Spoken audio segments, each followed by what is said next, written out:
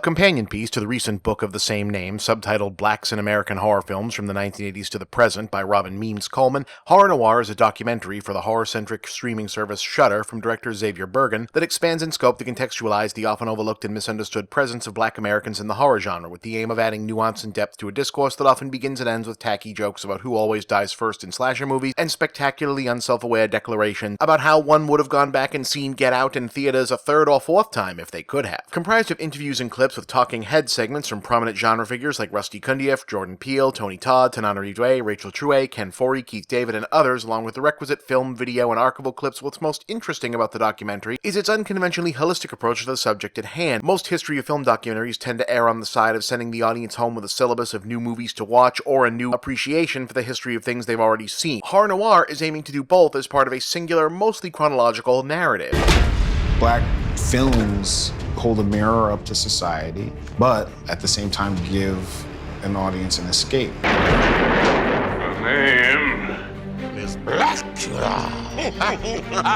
One fellow said to me, you were directing before it was legal. You can be the boss down there. I'm boss up here. Yes, that's history. If you're aiming to learn more about the history of obscure, semi-forgotten entries like Son of Ngagi, I Walked with a Zombie, or Ganja and Hess, you'll certainly find that and more in the watching. Likewise, if you're a genre veteran, more interested in hearing about not only those films, but in seeing reappraisals of better-known but perhaps underappreciated or misunderstood entries like Blackula, Abby, or the mini-renaissance of black horror in the 90s and early 2000s in the form of Death by Temptation, Candyman, Tales from the Hood, Bones, Jada Pinkett Smith's Star Turn, and Tales from the Crypt Demon Knight, that's in there too, as are less comfortable details like the unavoidable, if often only surface-level discussed, issues of token black characters in the predominantly white body count horror films of the 80s, or the appropriation of voodoo, Caribbean, and African mythologies by the genre. But it also makes a point to expand its scope outside the horror genre itself to films where black characters didn't necessarily seem present in the first place, drawing connections between recurring early figures like predatory black men in silent films like Birth of a Nation, or the prominence of gorilla on the loose monster thrillers in the early talkies, and the portrayals of monsters and aliens in later films that suggest a troubling but plausible, if not necessarily conscious, evolution from one to the other. Film history docs, of course, are always going to be as interesting or as uninteresting as the level of existing interest you bring to them, but those inclined to seek it out will find that Horror Noir is quite a bit more animated and light in touch than other similar pieces touching on similar subject matter. Some of that is probably inevitable given the material. Everyone involved is pretty upfront about the films in question being only partway good or not really good at all under the circumstances in some cases, so there's fun to be had and a good sense of humor rather than the dry reverence or drab academic lectures often associated with the medium in